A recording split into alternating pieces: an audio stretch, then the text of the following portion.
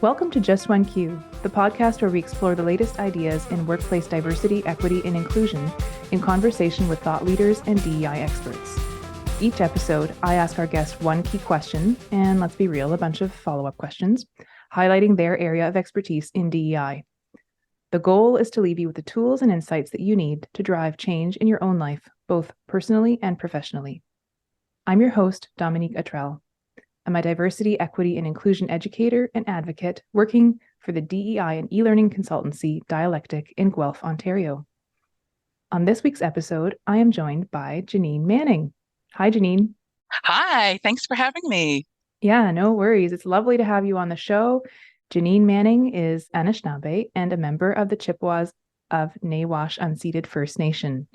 Janine recently legitimized her side hustle, and she is the founder and principal consultant of Janine Manning Consulting. And she is on a social impact mission to decolonize and indigenize everything, or at least philanthropy, grant making, and fundraising. As the chair of the Laidlaw Foundation, Janine is the first Indigenous person to chair a private philanthropic foundation in Canada. She is outspoken about diverse lived experience in leadership in the philanthropic field. Janine also survived 10 years of middle management in the charitable sector, and her professional experiences and Indigenous values of abundance and reciprocity inform her DEI and reconciliation work. Janine has an honors BA in environmental studies, politics from York University, and a certificate in social sector management from Schulich School of Business. Janine is known for her captivating speaking engagements and speaking truth to power, and the occasional unapologetic LinkedIn post.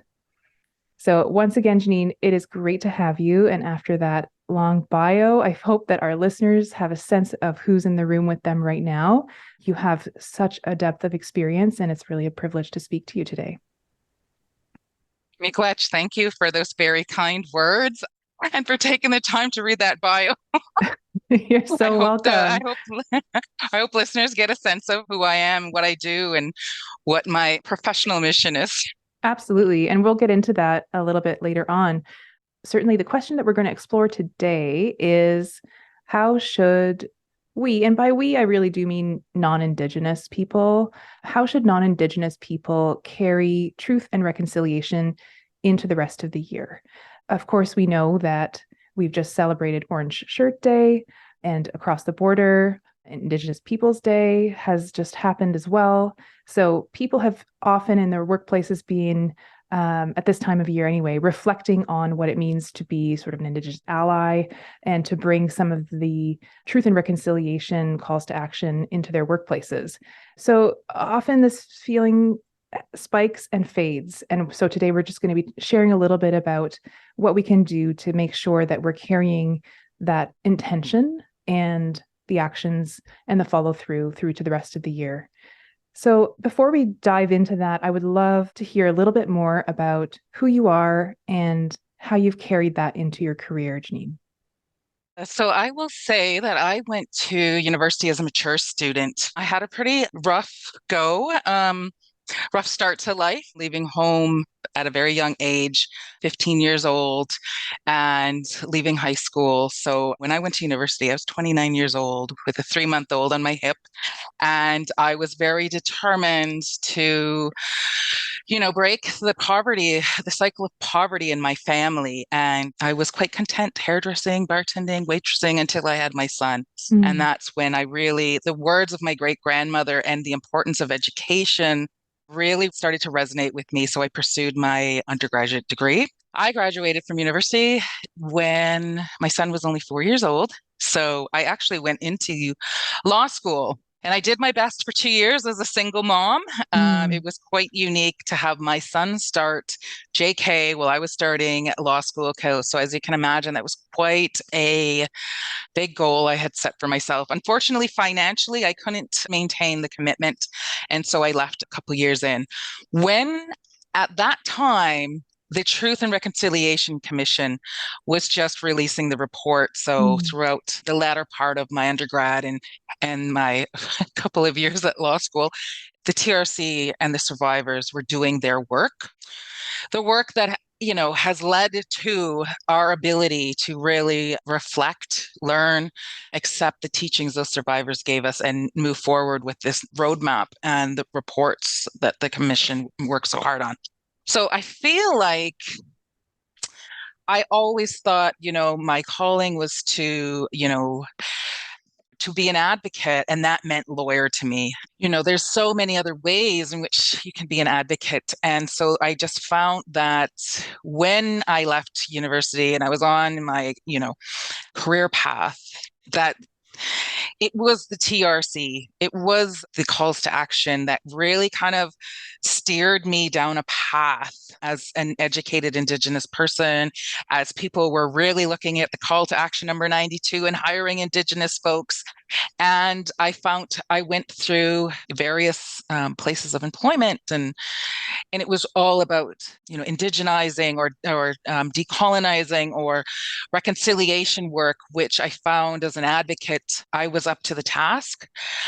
But I wasn't really up to the task. It was quite a journey of burnout, because the eagerness of folks to check off these calls to actions was a lot of folks, organizations didn't take the time to reflect on what Right. that really meant, the deep meaning of, like, when Honorable Murray St. Clair said, it took us many, many years to get into this mess, and it's going to take just as many to get out.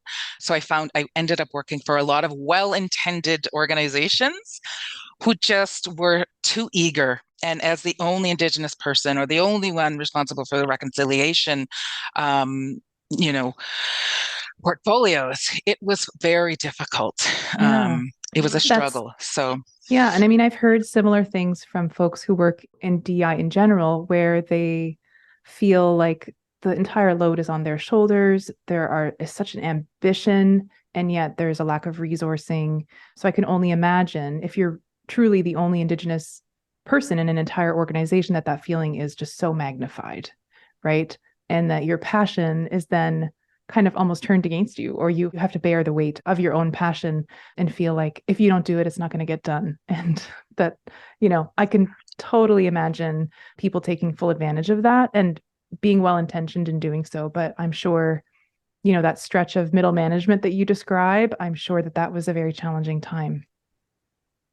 yeah. And I think my biggest struggle was that organizations didn't want to go and do the internal reflection Mm. of, we're a granting organization, and we've been in business for 50 years. And, me as the reconciliation liaison, and I'm saying, let's look back. What have you done with Indigenous partners? How have you supported them before we move forward? And I found a lot of organizations were like, no, this is the starting point.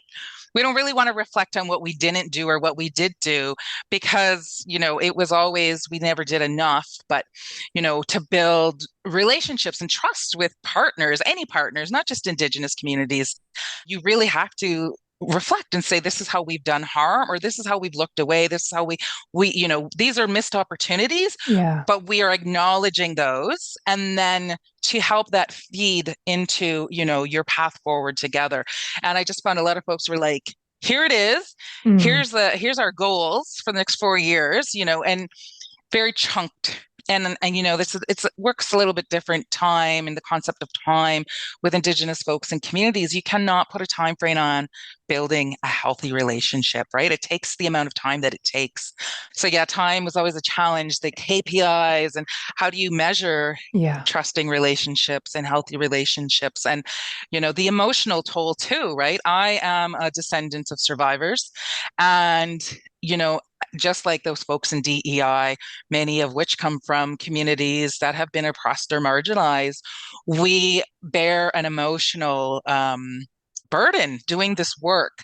And I just found it was very heavy a lot of times to help folks on their journey when I too was on my own personal healing journey. Mm. Many Indigenous folks after TRC came out, it was very difficult for us to listen to the stories of survivors and then do reflecting on our own family and the impacts, intergenerational impacts, but then to also have to go to work, and for me personally, and I just want to say that I'm one Indigenous person of many. And so my reflections are just that. But I do, as a part of my general healing journey, share a lot of my story. Like, I don't shy away from saying that I left home as a teenager. I dropped out of high school. Like, that is part of what shaped my journey to where I am today. And I feel sharing my story often helps others in doing the same, or understanding they're not alone in the situations that they might not have had control over. So for me, I bring a lot of my own experiences, my personal or my family experiences, to the work. So sharing that impact context is very difficult. Yeah. Yeah, so it's that I feel, the TRC Commission, the survivors, paved this, opened up these doors to, new relations and with Indigenous folks that, and I find that that's kind of where I've been creeping Yeah. down those paths there. Yeah. Yeah. I love that you're bringing out these ideas of, first of all, it takes time. This is not something that has started with the TRC, and it's not something that will end in a few years. It will not even end once those calls to action are met. Like, there will be more calls to action, and it's ongoing in like this constantly evolving and renewing relationship, right? And I love that you've also brought out this looking backward and the idea of having to sort of take time to reckon as organizations with our failings, and how that should be the thing that is informing our present and our future. That it's not enough to just start, okay, this year we're going to do something for Orange Shirt Day and off we go to the races. I think that is a very common attitude, and it's a proactive attitude, but maybe it's not always the most productive. Like, there is this room for reflection that people can do on their own, and perhaps even before engaging, right? But maybe it's the steps that we don't see that come before the visible first step. Am I hearing that correctly? Yeah. So I think so folks really love to jump over the truth and dive right into reconciliation because that's the Right. action piece, right? Yeah, And yeah. so folks, they think, okay, the truth came from the survivors, the government apology, the reports. Okay, we know the truth, right? But organizations who are trying to actively get into reconciliation or be successful with Indigenous relations, they have their own truth to tell. Right. And that's the Mm-hmm. looking back, because we live in a society where many foundations, so I'll talk from the philanthropic sector, have made their wealth on, I'll say Laidlaw Foundation, for example, logging. So a lot of resource extraction and stuff. And so to be in a good relationship with whatever it is, donors or grantees, they want to know that you've done your own recovery work, that you've done your own reflecting, that you're really truly ready to be apologetic for what you've done to move forward in a good way. So I would say that a lot of folks, I think they see calls to action like, okay, there's like 94, we're going to accomplish one, and then they're going to go through this checklist, right? And then it's Mm-hmm. done. But a Mm-hmm. lot of these things, they're not steps. They're more, steps from point A to point B. They're steps in a circle. They have Mm-hmm. to continuously, be checked in on and renew relationships. As new employees come and go, like, who is satisfying those relationship obligations and those promises and stuff, because that's where your relationships with Indigenous community folks, grantees, whatever, that's when it breaks down, is when people are just left, right? It's like you made a commitment, but then you dropped us. You forgot about us. Yeah. Yeah. Yeah. I want to So, I love that. I want to dive back in a little bit to your experience. And I guess one way to start this is just to say, first of all, congratulations, because you've just launched, of course, your own consulting business. And I think that a really amazing question here is, why? Why did you go that route? And what can you accomplish as an independent consultant that you couldn't accomplish within consulting or facilitation roles within these organizations? So, like, I'd love to hear from you what the difference is, and whether you've been able to address some of that discomfort, some of the tendency toward burnout that you were feeling when you were in those organizations as that sole Indigenous person bearing all of this weight. Is there a way out for mhm. you as a sole consultant? Yeah, so let me just say that the last like paid 9 to 5 I was in wasn't I wasn't the only Indigenous person. Mm. I actually had actively looked for a role in fundraising because I found that was my blind spot in the social sector. I had went from Indigenous relations and granting in the public sector to, philanthropy, and then I was like, fundraising, that's such a huge part of philanthropy. And, so I kind of flipped the switch instead of like, grant making or being the grantor. I was Mm. then, the fundraiser and doing those applications. And it served me very well, I think. So I now feel like I have this package. Yeah. Yeah. Yeah. Um, yeah, that gives me that unique experience that I could kind of go out on my own in consulting. And so, what's the difference between like 9 to 5 and consulting? Well, I was side hustling consulting for a while because I found people were tapping me on the shoulders quite often to speaking engagements and run workshops and do trainings and stuff. But I always had this fear of instability, right? And coming from poverty and struggling as hard as I did when I was in university, I was still using food banks. And Mm. so going from like releasing yourself from a 9 to 5 job and the benefits and, the RRSP contributions, it is a very, very scary, scary step, especially for me as a single mom. I think it was the encouragement of other consultants and colleagues in the sector who were like, I think that you would do very well as a consultant. So, I moved away. I moved up north, closer Mm. to my community. So I now live in my traditional territory. I live in Owen Sound now. And it was very important for me to create my own life work balance that I could not do as a 9 to 5 on somebody else's schedule and expectations and deliverables. And, COVID was great because it opened up so much opportunity for me in an equitable way. Mm. As a single mom, I didn't have to pay for daycare, didn't have to pay for lunches. I saved a lot of money. And I did not want to go back to the office. I did not want to go back to having to have all those expenses, not after Yeah. the freedom I had gotten. So yeah, the difference is I can be vocal. I can do this. I can talk about, issues in the sector and very frankly without fearing what my employer thinks or if I'm misrepresenting them. And oftentimes I would have to tap my employer on the shoulder and say, I'm going to be speaking at this conference or I'm going to be doing this webinar. And so I'm just wanting to know if you're comfortable, if I can wear this Mm. hat or if I should just wear my Laidlaw chair hat. Right. And, it just got a little complicated and sticky. And I just thought, I feel liberated when I'm doing my own thing. So yeah, my mental health is improved, my anxiety levels are down, and yeah, the pay is better.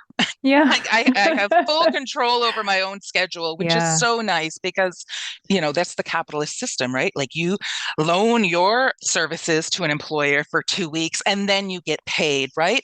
So I've been able to kind of like up my game in advocacy and really, put spotlights on things that I think from my experience need looking after, whether you want to call it indigenizing, decolonizing, community centric, all of these different models of philanthropy are essentially saying we need to decenter whiteness and we need to Yeah. decenter the colonial minded way of being. And much of that is about scarcity and it's competition, where I really just want to work and support folks in building abundance and building community and, sharing the wealth. And this comes from, my teachings in the community about the importance of abundance. Like we live in such an abundant country, nobody should be going without. And people are going without because there's an imbalance, right? Hmm. Folks are taking more than they need. And you see this in philanthropy, fundraising, grant making. Foundations applying for more grants than what they need and sitting on endowments. You see this with grassroots organizations trying their best to compete with teams of fundraisers for Right. the same, funding. And, we don't think about what opportunity we're taking away from others. We're only thinking about we have to get this money, right? Because maybe they're not going to release this grant fund next year and stuff. And it made me feel icky as a Yeah. fundraiser, Yeah. knowing that I was taking from a pool, a limited pool where others, probably could have immediately put the money to use as opposed to putting it in our endowment and investing. It was becoming very emotionally taxing on me, I think. Mm. and trying to think of ways to be a better, more community-centric fundraiser. Like, can we donate 5% of everything we raise to a grassroots organization who's working directly with, street involved folks? Like, oh, like, they sound like such radical ideas to other people. And They're for me, not. I'm like, it just feels like that's Yeah. the thing to do because we have Yeah. the resources and the Yeah. ability to make that happen. And why wouldn't we? And so I think, when there's too many boundaries like that, I just was not thriving. Yeah. I was not able to show up as my authentic self. Yeah. Absolutely. Yeah. And I just, Janine, you've been unleashed. Like, I just hearing you mhm. speak about this, it's what a testament to belonging, first of all. Like, we talk about, finding your right place in the workplace a lot, and what it feels like to experience belonging. And it sounds like all of that strain has just gone right off of you and it's out the window, right? Like, you're able to just fully align yourself with your values and with your community and to operate in ways that you feel are right. What a gift. That is amazing. And I'm so glad for you that you've found yourself in this place after having, all of that experience behind you. You're now in this new stage of being able to do work in your own way and in ways that benefit your community. That's an amazing story. Thank you. Yeah, I have actually been, supporting my community trust fund in making the process of accessing funding or trust dollars more equitable, accessible, and community centric. And that to me has been such a rewarding experience and also a new area of this philanthropic slash granting is First Nations trust, and so I'm really diving into that, and it's rewarding. That's really at the Mm, end of the day what I want to do is help, or I'd rather say support. I see myself as a helper, supporting folks to build their own abundance and prosperity, by either directly helping them to do that in whatever it is, a grant writing capacity or a training capacity, or then also on the flip side, supporting, the funders, the granting programs and stuff to see, to make their processes a bit more accessible. And I think that, even in the few short years I've been in granting and fundraising and philanthropy, we are starting to see shifts. We are starting to see people really listening to applicants when they say, this is just, it's too much. Or, mm, yeah, okay, the application's easy, but what's the reporting like? Because, yeah. time is so precious for, especially, communities and grassroots who are often volunteers and stuff. And so, yeah, that's my whole goal is to just, if I can, in my own little way, have this impact to help others access that abundance and, folks to, share in the wealth and prosperity, because there is more than enough to go around. Yeah, I believe it. That's amazing. And I'm so thrilled that you're in that line of work. And I hope that you're able to help your community and people around you access that abundance that you're speaking about. I want to draw from the things that you've said and sort of try to pull out some lessons or some, I guess, best practices for our listeners. So when organizations who are predominantly non-Indigenous are reaching out to Indigenous led organizations or consultants to work with them, whether it's to guide reconciliation efforts or not, whether it's just in another capacity, what can they do to build a fruitful and respectful relationship? That's a really great question. Really great. And I'm sure many consultants have their preferenced way. I will tell you that folks have been, at LinkedIn, people love sliding into the DMs on LinkedIn, which is fine with me. I loved LinkedIn because you get to know who people are by, their profile and what they post. And that's part of being a consultant is choosing who you work with. And so, I've had some people who have been very demanding and disrespectful. And I've had others who are like, who have a baseline, who kind of like have a loose outline of what their needs are. And then others who are like, this is exactly what we need. We Mm, have an RFP. Can you please consider it? So everyone's on a different journey, whether they're the consultant or someone procuring a consultant. And I think the best way is to just be humble. That's definitely how I engage people, and never come with the what can you do for me attitude. Sure. It's like, Yeah. this, like, obviously you must have had some internal conversations, you must have some documentation, some loose outline of what you have done or what you need to do, like kind of bring that to the conversation. Some folks are like, okay, so explain to me how you work, like, Oh, very right. demanding and trying to understand you. And it's like, no, it's the other way around. I want to understand you. Like, I want to understand what your needs are, right? Yeah. Yeah. So yeah, I think let the humility come with, a willingness to learn and to collaborate and partner, as opposed to, demanding exactly how people are billing. Or I had one 30-minute chat and I was like, this was uncomfortable. I feel like I was just interviewed and I didn't get a Right. question in sideways, right? Like, Right. maybe if there was an RFP and I could have prepared and, but I felt a bit blindsided. I was like, whoa, whoa, whoa. Like Yeah. and I basically was like, I don't think I'm the person for you. But yeah, I'd have just come with humility, try to build a bit of a rapport, know what you're looking for, where you've been. Never just throw out that, like, what can you do for me? We're starting from scratch. Right. Um, That's so yeah, daunting. I just can't imagine that. I yeah, can't imagine that approach to basically any other type of consulting. Like it would be hard to imagine the personality, or I guess personhood of the consultant being front and center of an initial conversation in that kind of mhm, critical lens, like for an extended period of time. Like, I don't know that that would happen in another context. So I definitely see what you're saying yeah. there. I'm also hearing in your words something about reciprocity too. Just like there has to be mutual value. There has to be, we're helping each other. We're collaborating here. Something to the effect of a respect for the person's time and agency and that kind of thing. Exactly. And I will say that oftentimes folks are kind of lost on their reconciliation journey, or they're really intimidated to begin that journey. And I know that the 94 calls to action were not written for everybody. It's very Mm, government. It informs a lot of the government work. And I always, refer people to the principles of reconciliation, yeah. because before we have the calls to action, we have the principles.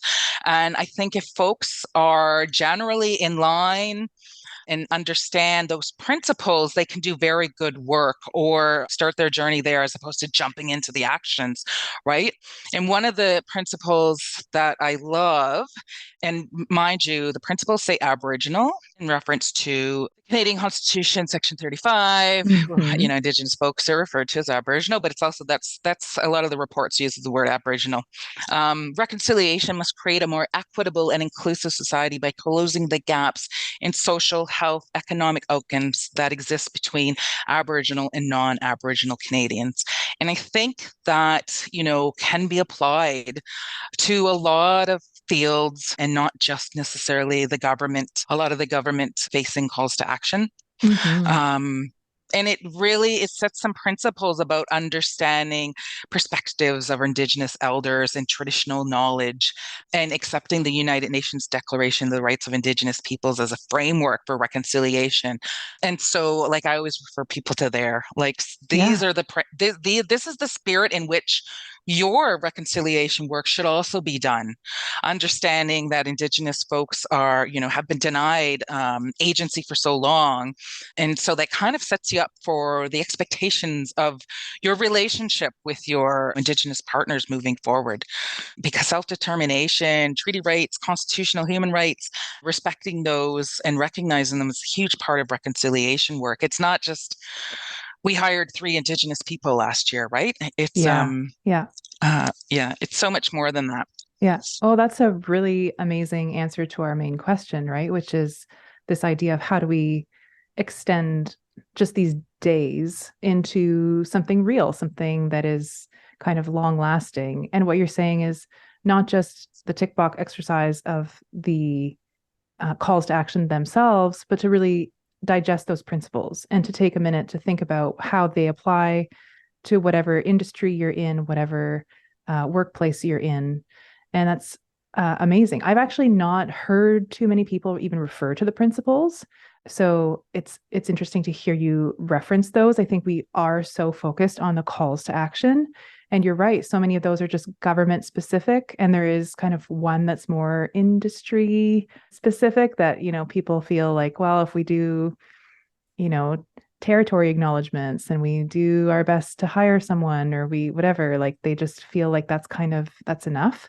So I'm happy to hear that there are these principles that people can sink their teeth into a little bit and do some of that exploration on their own time ahead of engaging an Indigenous person, or ahead of kind of, yeah, having an expectation that somebody, an Indigenous consultant, would come along and do all that heavy lifting for them. Mhm. Um, yeah, so I really appreciate that, the pointing to the principles for sure. Yeah, so the consultant should be the guide, not the conductor, right? Nobody, like the consultant is not going to know the organizational values, the institutional knowledge like they will, right? And a consultant will help you shape your work to come, but will not define it. And so for whether you're an individual, a professional, a family, like it's not about just like buying and wearing an orange shirt, right? It's Yeah. Yep. about ongoing, continuous learning opportunities, whether you're reading, whether you're watching, how, like, are you participating in Indigenous events? Are you learning about the local Indigenous communities? Are you supporting an Indigenous or a reconciliation action group at work or the EDI group? And because of fundraising, I have to say, are you donating to an Hmm. Indigenous cause, like Indigenous issues or causes? And I'm using air quotes here just for those of you listening. They are the most underfunded category in Canada Helps. And, only 1% of all Canadian charitable donations goes to Indigenous organizations. That compared to population is pretty low. That compared Yeah. to population plus equity is pretty low.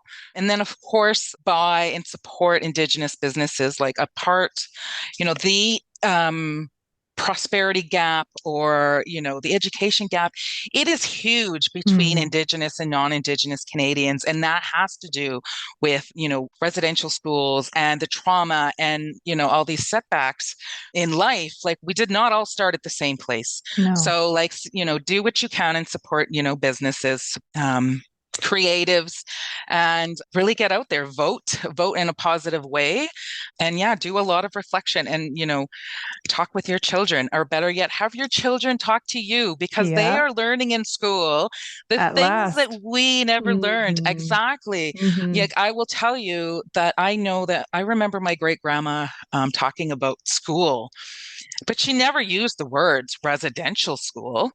And I wasn't until university that I was like, did my grandmothers go to a residential school? Because for them it was school, right? And Yeah. so, and like, I was 30 years old when I learned that. And now my son, who's 14, is like, he has had that in his curriculum since like he started school. And I think that's amazing. So yeah, talk to your kids, ask them what they're doing at school, right? And there's so much engagement, and why not? I mean, and it's not just Orange Shirt Day and September 30th, June. You have a whole month to celebrate with us. Yeah. Um, and, I will say, though, that September 30th, Orange Shirt Day, National Day for Truth and Reconciliation, should really, myself and many other Indigenous folks are kind of disappointed that people are seeing it as a celebration, or like a long weekend. That should really be the time that is carved out to do that deep dive reflection as a Canadian, as a treaty person.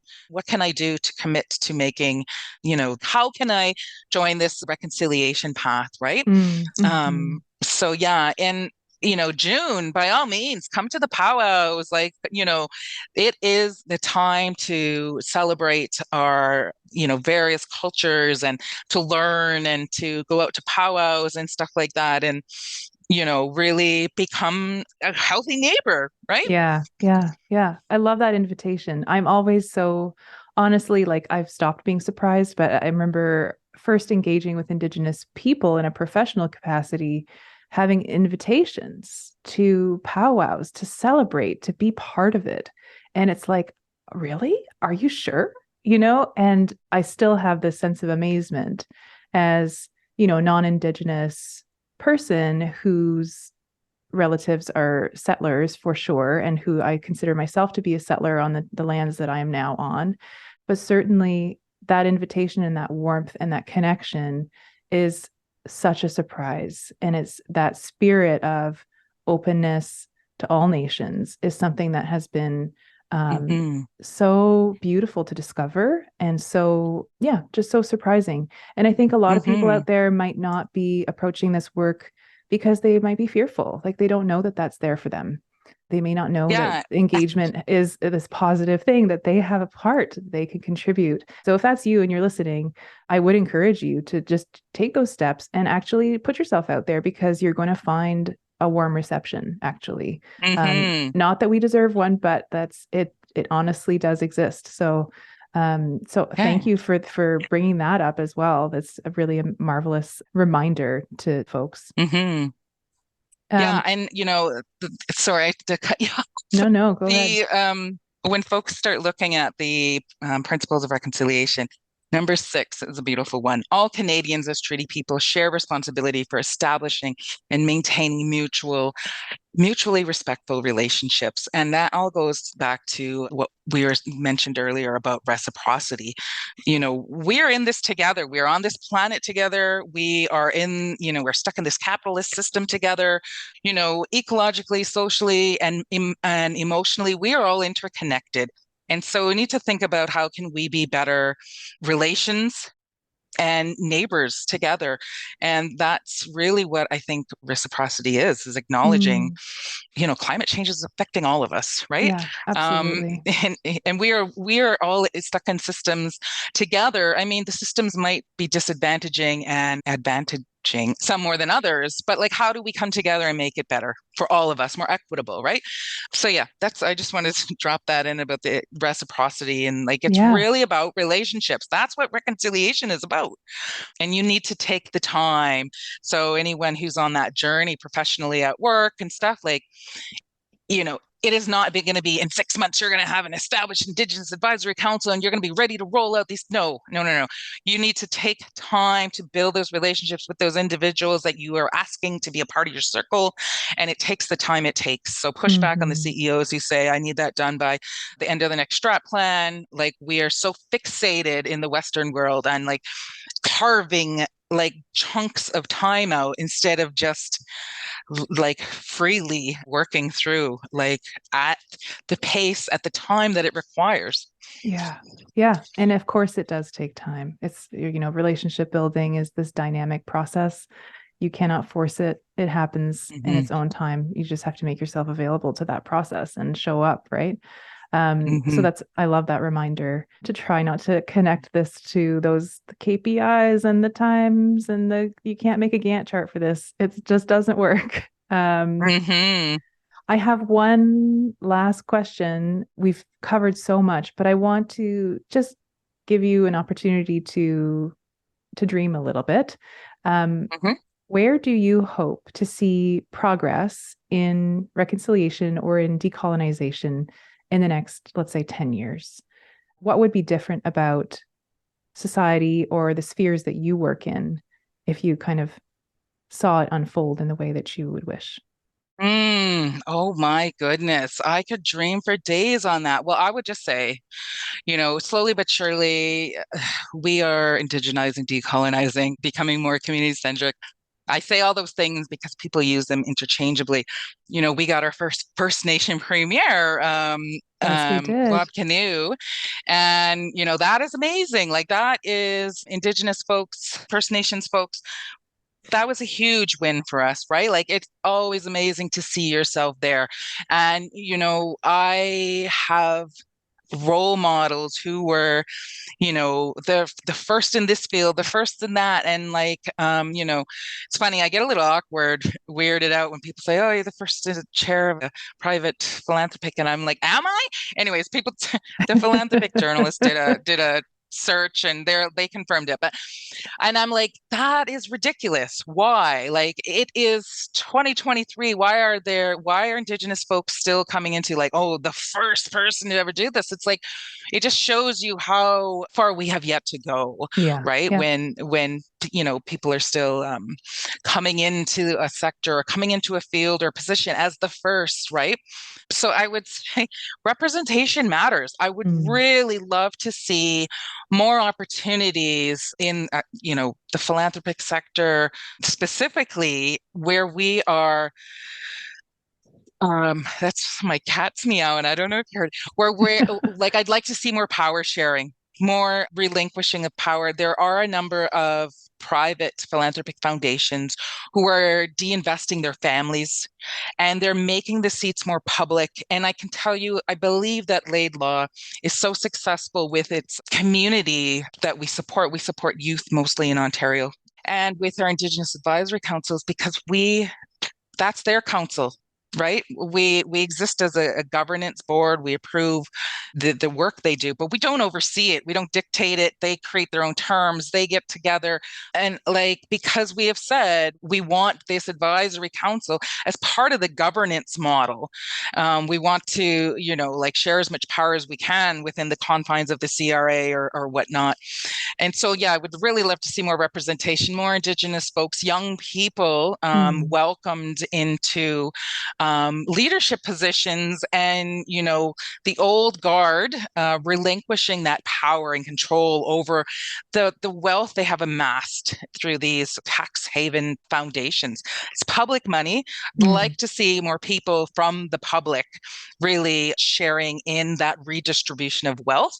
And mind you, philanthropy is a very small sector of, the amassed wealth in Canada. But I think the same can be said and should be done across like the corporate sector and whatnot. We need more opportunities. We need folks, not just bodies representing, but also that there are spaces that are bold, brave, and welcoming and safe, and that folks are not just numbers on the diversity chart, but that they're fully supported as their authentic self to show up to work and do good and help, spread the wealth, prosperity, and abundance. Amazing. It is really lovely to hear you dream like this, Janine, and it's lovely to dream with you about this.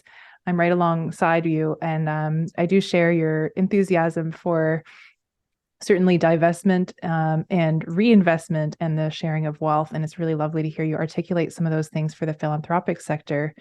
As we close, I want to take time to thank you for guiding me and our listeners through some of what I'm sure to you feels a little bit basic, and to acknowledge that your own work goes so much deeper than just kind of this, okay, how do we do reconciliation at work piece? And yet you've been willing to walk with us beginners and tell us where to get started. And that's a really valuable thing that you've done. And I want to just acknowledge that you didn't have to do that, but you've chosen to do that for us today. And so I do thank you for it. I wanted to possibly share something for our listeners. And this is something that I will link in the show notes, but something that came to mind in our conversation and as I was preparing for our conversation. And it is the Academic Indian Job Description, Have to Know, and it is written by Cash Ahenakew. And it is a beautiful poem, and it talks about that complexity that you touched on, about being in a corporate position or an academic position or any position as a knowledge worker, and the immense demands on Indigenous people within that space. It's a lengthy poem, so I'm not going to read it, but I will link it, and I invite our listeners to go ahead and read it, because it does really capture some of that tension and maybe spark a little bit of grace or humility for folks who are asking so much of Indigenous employees in very tricky to navigate spaces. So I will point to that in the show notes. And of course, if you want to stay connected with Janine, please find the links to her socials in the show notes as well. And Janine, I have one last little bonus question. And I just want to ask, is there any other person or organization whose work you'd like to amplify as we're closing today? Oh my goodness. Well, I want to give a shout out to my partner in crime, Rebecca Darwint. She is also a consultant supporting families in philanthropy. She is a co-founder of the Foundation for Black Communities, and recently, a new TEDx speaker and a young just inspirational Black woman that I have really admired throughout the years that we've served on the board at Laidlaw Foundation together. So check out her work. Oh my goodness. I think I'm probably going to be emailing you later saying this person, that person, this person. But yeah, I also want to shout out to Evenings and Weekends, who is doing some amazing DEI work. The Kojo Institute, also doing amazing DEI work. And full disclaimer, I'm associate consultant with both organizations, but I wouldn't be if I didn't truly believe in their anti-oppression, anti-Black, anti-Indigenous racism framework and the inclusion and the joy that they bring to their associates and their employees. So check those firms out. So I just want to say thank you to Miigwech for contacting me and offering me this opportunity. I will say I've never been on a podcast before, so this is a first, and it has been such a lovely experience. So thank you for that. I'm so glad. You're a natural. And Janine, thank you so much for joining us today. As always, I welcome any of our listeners to reach out to me if you'd like to be a featured guest on the podcast, or if you'd like to sneakily nominate someone. You can find my email in the show notes. And if you like what you're hearing, please leave us a rating and a review, or share this episode to your own socials. It truly does help get this important message and this podcast into more ears. I'm Dominique. Thanks so much for listening, and see you next time on Just One Q.